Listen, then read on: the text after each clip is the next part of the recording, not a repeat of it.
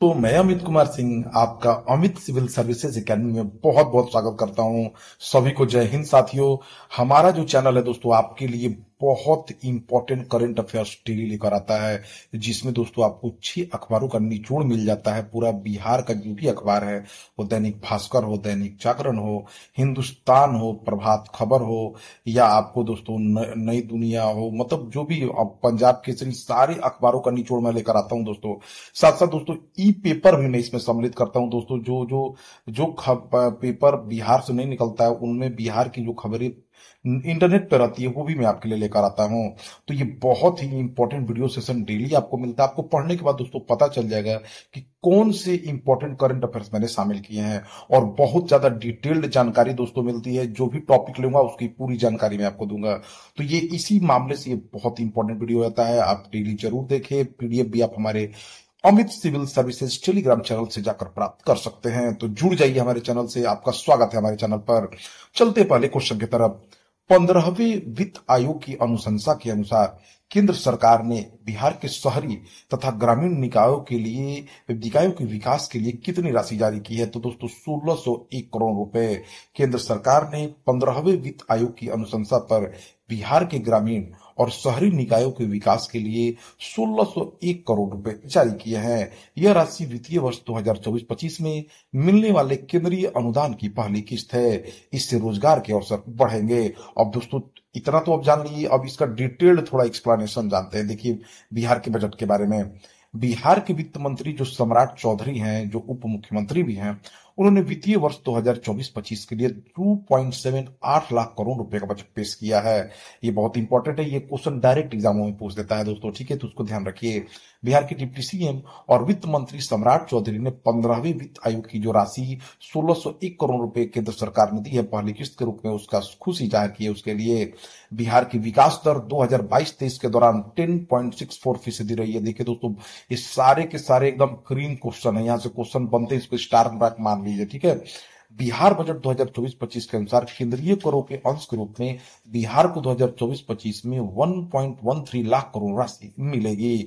भारत की वित्त मंत्री निर्मला सीतारमण ने, तो देखिए दोस्तों एक ही क्वेश्चन में मैंने कितने पॉइंट आउट आपको बता दिए। ये दोस्तों बहुत इंपॉर्टेंट है। यहां से क्वेश्चन बनने ही बनने हैं, तो इन सब चीजों का आप ध्यान रख लीजिए, ठीक है? तो 1601 करोड़ की राशि जो है बिहार से केंद्र सरकार ने बिहार को शहरी तथा ग्रामीण निकायों के विकास के लिए दी है। और सबसे महत्वपूर्ण बात, ये जो राशि दी है उससे सिर्फ इन्हीं का विकास होगा, दूसरे मद में इस राशि को खर्च नहीं किया जा सकेगा। बिहार के कितने आर्द्र भूमि को रामसर साइट घोषित किया जाएगा? देखिए दोस्तों 5 साइट को। बिहार के जो पर्यावरण, वन एवं जलवायु परिवर्तन मंत्री डॉक्टर प्रेम कुमार हैं, उन्होंने बिहार के 5 आर्द्र भूमि को रामसर स्थल बनाए जाने की घोषणा की है। इन 5 आर्द्र भूमि में तिरहुत के मोनिक मान और नरसन चौर, बेगूसराय का कठियो चौर, मोतिहारी का सरोत्तर झील और भोजपुर का सुइया भागर शामिल है। देखिए दोस्तों इन 5 जगहों को बिहार के तरफ से रामसर साइट बनाने का ठान लिया गया है, ठीक है? इसको बनाया ही जाएगा। कौन कौन, एक बार फिर से सुन लीजिए। तिरहुत के मोनिकमान और नरसन चौर, बेगूसराय का कठियो चौर, मोतिहारी का सरोत्तर झील और भोजपुर का सुइया भागर झील, इनको रामसर साइट में शामिल कराएगा बिहार सरकार। इसकी घोषणा बिहार के जलवायु परिवर्तन मंत्री, पर्यावरण वन मंत्री डॉक्टर प्रेम कुमार ने कर दी है। दोस्तों मैं आपको बताना चाहूंगा कि बिहार के जमुई जिले के झाझा वन में स्थित नागी पक्षी अभयारण्य को भारत के 81वें रामसर स्थल के रूप में अधिसूचित किया गया है। यानी बिहार में दोस्तों देखिए अभी तक 3 रामसर स्थल है, नागी पक्षी अभयारण्य, नगटी पक्षी अभयारण्य और कांवर झील, ठीक है ना? तो उसमें देखिए ये जून में शामिल हुए हैं। जो है सबसे पहला बिहार का जो रामसर साइट था वो कांवर झील था बेगूसराय का। तो 21वें रामसर स्थल कौन है? जमुई झील, जो झाझा नागा पक्षी अभयारण्य है, ठीक है? नकटी पक्षी अभयारण्य का भारत का 22वां रामसर स्थल है। यह नागी पक्षी अभयारण्य के पास है और बिहार के जमुई जिले में स्थित है। देखिए दोस्तों सारे इंपॉर्टेंट खबरें मैं इसमें फेच कर दे रहा हूं कि आप एग्जाम में जाए तो आपको बाहर से क्वेश्चन मिले ही ना। बिहार में अब 3 रामसर स्थल है। पहला बेगूसराय जिले में कांवर झील, दूसरा नागी, तीसरा नकटी। बेगूसराय झील, जो कांवर झील है, उसको 2020 में रामसर स्थल घोषित किया गया था और नागी और नकटी को 2024 में। यूनाइटेड किंगडम 175 रामसर स्थलों के साथ दुनिया में रामसर स्थलों देशों की सूची में सबसे आगे है।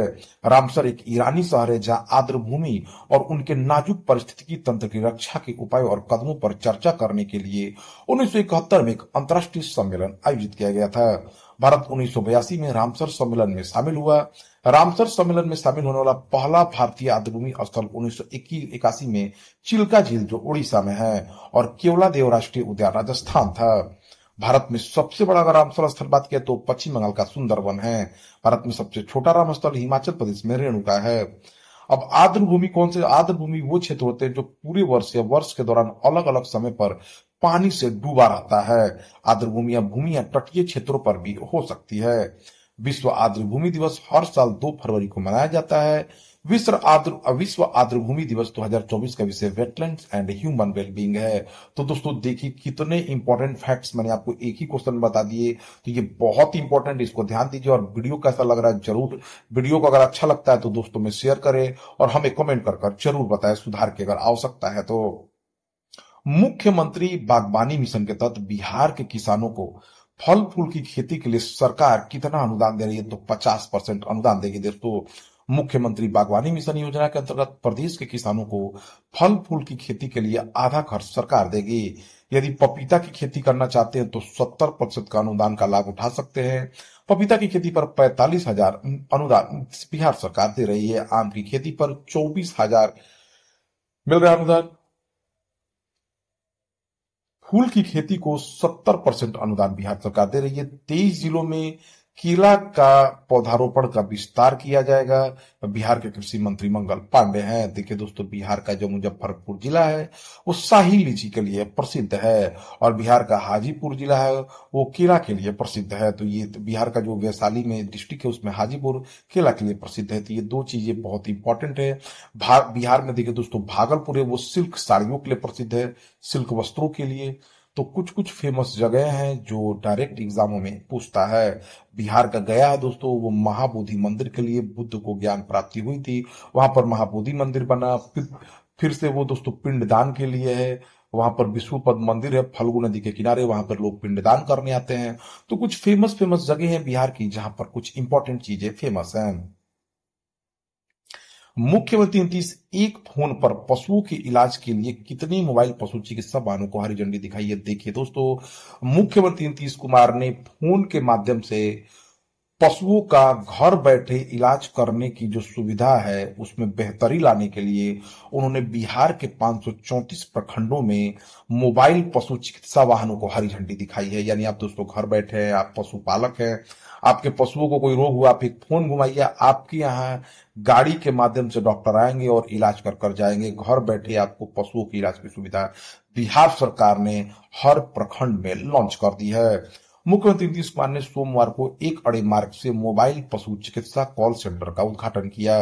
इस अवसर पर उन्होंने 534 मोबाइल पशु चिकित्सा वाहनों को हरी झंडी दिखाकर रवाना किया। साथ ही बिहार पशुपालक ऐप और किसान पशुपालक ऐप का लोकार्पण किया। इन सभी 534 मोबाइल पशु चिकित्सा वाहनों और मोबाइल पशु चिकित्सा कॉल सेंटर का उद्देश्य पशुपालकों के दरवाजे पर पशु चिकित्सा सुविधा उपलब्ध कराना है। इस अवसर पर केंद्रीय मंत्री मत्स्य पालन, पशुपालन एवं डेयरी मंत्री राजीव रंजन ललन सिंह, उप मुख्यमंत्री विजय कुमार सिन्हा, पशु एवं मत्स्य संसाधन मंत्री रेणु देवी, मुख्यमंत्री के प्रधान सचिव दीपक कुमार, बिहार के नए बने मुख्य सचिव अमृत लाल मीणा और मुख्यमंत्री के प्रधान सचिव डॉक्टर एक्स सिद्धार्थ मौजूद रहे।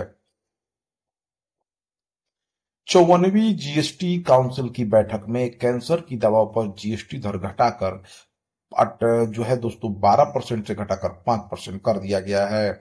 इसके अलावा नमकीन और स्वादिष्ट खाद्य पदार्थों पर भी जीएसटी दर 18% से घटाकर 12% कर दिया गया है। जीएसटी एक अप्रत्यक्ष कर व्यवस्था है। वस्तु एवं सेवा कर परिषद द्वारा संचालित है। भारत के वित्त मंत्री इसके अध्यक्ष होते हैं। जीएसटी भारत में 1 जुलाई 2017 से लागू की गई। फ्रांस 1954 में माल और सेवा कर जीएसटी को लागू करने वाला विश्व का पहला देश था। हाल ही में संसदीय राजभाषा समिति का अध्यक्ष किसे चुना गया है? तो केंद्रीय गृह मंत्री एवं सहकारिता मंत्री अमित शाह को सर्वसम्मति से संसदीय राजभाषा समिति का पुनः अध्यक्ष चुन लिया गया है। नई सरकार के गठन के बाद संसदीय राजभाषा समिति के पुनर्गठन के लिए नई दिल्ली में समिति की बैठक हुई थी, जहां गृह मंत्री को अध्यक्ष चुना गया है। प्रधानमंत्री मत्स्य किसान समृद्धि सहयोजना का शुभारंभ किसने किया है? तो राजीव रंजन सिंह ने। केंद्रीय मंत्री राजीव रंजन सिंह प्रधानमंत्री मत्स्य किसान समृद्धि सहयोजना का शुभारंभ करेंगे और मत्स्य पालन क्षेत्र में उत्पादन और प्रसंस्करण क्लस्टरों पर मानक संचालन प्रक्रिया जारी करेंगे। वहीं प्रधानमंत्री मत्स्य संपदा योजना एक गेम चेंजर के रूप में भी उभरी है, जो भारत के मत्स्य पालन क्षेत्र को अभूतपूर्व विकास और स्थिरता की ओर ले जा रही है। अखिल भारतीय आयुर्विज्ञान संस्थान ने किस शहर में एक तंबाकू निवारण क्लिनिक का उद्घाटन किया है? तो नई दिल्ली में अखिल भारतीय आयुर्विज्ञान संस्थान ने नई दिल्ली में एक समर्पित तंबाकू निवारण क्लिनिक का उद्घाटन किया। TCC national drug dependence treatment centre और संस्थान के पल्मोनरी क्रिटिकल और स्लीप मेडिसिन विभाग के बीच एक सहयोगात्मक प्रयास है। भारत के स्वास्थ्य मंत्री जेपी नड्डा हैं। केंद्र ने सुप्रीम कोर्ट में कितने नए एडिशनल सॉलिसिटर जनरल नियुक्त किए हैं? केंद्र सरकार ने 10 सितंबर 2024 को सुप्रीम कोर्ट में एडिशनल सॉलिसिटर जनरल के पद पर 6 सीनियर एडवोकेट की नियुक्ति की अधिसूचना जारी की है। Additional solicitor general supreme court और तमाम उच्च न्यायालयों में सरकार का प्रतिनिधित्व करते हैं। इसके अलावा सरकार का बचाव करने में भी अटॉर्नी जनरल और सॉलिसिटर जनरल की सहायता करते हैं। भारत के वर्तमान सॉलिसिटर जनरल महान्यायाधिकर्ता तुषार मेहता है और भारत के वर्तमान अटॉर्नी जनरल के वेणुगोपाल हैं। सुप्रीम कोर्ट के मुख्य न्यायाधीश माननीय न्यायमूर्ति डॉक्टर धनंजय वाई चंद्रचूड़ हैं। केंद्रीय गृह मंत्री अमित शाह ने 10 अगस्त 2024 को इंडियन साइबर कोऑर्डिनेशन सेंटर यानी I4C के तहत कितने प्लेटफॉर्म्स का उद्घाटन किया है? तो 4 का। केंद्रीय गृह मंत्री अमित शाह ने 10 अगस्त को इंडियन साइबर कोऑर्डिनेशन सेंटर यानी I4C के तहत 4 प्लेटफॉर्म्स का उद्घाटन किया। इससे देश में साइबर अपराध से लड़ने में मदद मिलेगी। I4C की स्थापना 2018 में गृह मंत्रालय के तहत की गई थी। भारत में साइबर अपराधों से निपटने के लिए अगले 5 सालों में 5000 साइबर कमांडो को प्रशिक्षित और तैयार करने की योजना है। भारतीय साइबर अपराध समन्वय केंद्र देश में साइबर अपराध से समन्वित और व्यापक तरीके से निपटने के लिए गृह मंत्रालय भारत सरकार की एक पहल है। I4C को 10 जनवरी 2020 को गृह मंत्री ने राष्ट्र को समर्पित किया था। भारतीय साइबर अपराध समन्वय केंद्र योजना को 5 अक्टूबर 2018 को मंजूरी दी गई थी। I4C नागरिकों के लिए साइबर अपराध से संबंधित सभी मुद्दों को निपटारा करता है। रक्षा मंत्रालय ने हॉल के साथ हिंदुस्तान एरोनॉटिक्स लिमिटेड के साथ कितने करोड़ रुपए का कॉन्ट्रैक्ट साइन किया है? तो 26,000 करोड़ का। रक्षा मंत्रालय ने सार्वजनिक क्षेत्र की aerospace company Hindustan aeronautics limited के साथ 26,000 करोड़ रुपए का समझौता किया है। इसके तहत सुखोई 30 MKI एयरक्राफ्ट के 240 एरो इंजन खरीदे जाएंगे। इस कदम को सरकार की आत्मनिर्भर भारत पहल को बढ़ावा मिलेगी। एरो इंजन का निर्माण HAL के कोरापुट डिवीजन द्वारा किया जाएगा। हिंदुस्तान एरोनॉटिक्स लिमिटेड एक सार्वजनिक क्षेत्र का उद्यम है। भारत सरकार के रक्षा मंत्री राजनाथ सिंह हैं। किस कांग्रेस नेता की आत्मकथा 5 डिकेड्स इन पॉलिटिक्स का विमोचन हुआ है? तो सुशील कुमार शिंदे का। कांग्रेस के वरिष्ठ नेता सुशील कुमार शिंदे की आत्मकथा 5 डिकेड्स इन पॉलिटिक्स का 9 अगस्त 2024 को दिल्ली में विमोचन हुआ। इस कार्यक्रम में कांग्रेस राष्ट्रीय अध्यक्ष मल्लिकार्जुन खड़गे और दिग्विजय सिंह समेत कई वरिष्ठ नेता शामिल हुए। शिंदे का जन्म 4 सितंबर 1941 को महाराष्ट्र के सोलापुर में हुआ। शिंदे वर्ष 2012 में भारत के गृह मंत्री बनाए गए थे। किस केंद्रीय मंत्री ने मुंबई में मुंबई समाचार पर 200 नॉट आउट डॉक्यूमेंट्री का अनावरण किया है?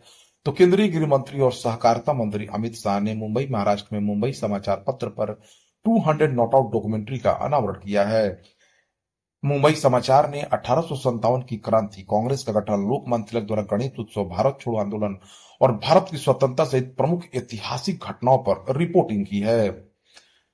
पिछले कुछ वर्षों में चुनौतियों का सामना करने के बावजूद भी समाचार पत्र ने गुजराती भाषा और संस्कृति को सुरक्षित करने में महत्वपूर्ण भूमिका भी निभाई है।